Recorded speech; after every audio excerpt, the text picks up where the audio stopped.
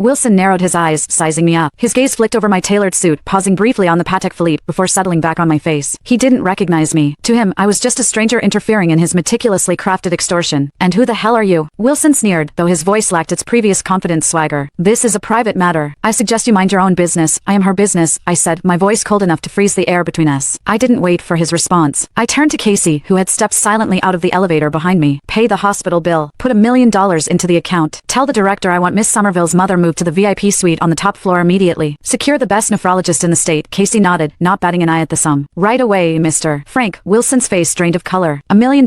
He looked at the meager stack of bills in his hand, suddenly realizing how pathetic it appeared. Ulysses, however, hadn't quite grasped the shift in power. $1 million? Ha, who are you trying to bluff? You think you can just waltz in here and play the savior? Somerville is a defaulter. Any money she touches gets frozen. I ignored her completely, turning my attention back to Somerville. She was staring at me, her eyes wide, her lips parted in shock. For a long moment, she didn't say a word. She just looked at my face, searching the features of the man before her for the boy she used to know. Frank, she whispered, her voice trembling. Is it really you? It's me, I said softly, the anger draining from my voice, replaced by a profound aching tenderness. I gently released her wrist. I'm sorry I'm late. Tears, which she had stubbornly held back against Wilson's cruelty, finally welled up in her eyes and spilled over. She quickly raised a hand to wipe them away, her pride still fighting to survive the humiliation she had endured. You shouldn't be here, she murmured, looking down. I'm a mess right now, Frank. I don't want you involved in this. You involved yourself in my mess 10 years ago. I reminded her, pulling the old worn bank card from my pocket and placing it gently into her palm. You told me to never bow my head. I'm here to make sure you never have to again. Somerville stared at the card. It was the same one she had pressed into my hand at the school gates, the one that had saved my father's life and secured my future. She closed her hand around it, a silent sob racking her thin frame. Wilson, recovering from his initial shock, let out a harsh laugh. Ah, so this is the little charity case you used to talk about in college. Frank, right? Look, Frank, I don't care how much money you've stumbled into. Somerville owes my company $4.2 million.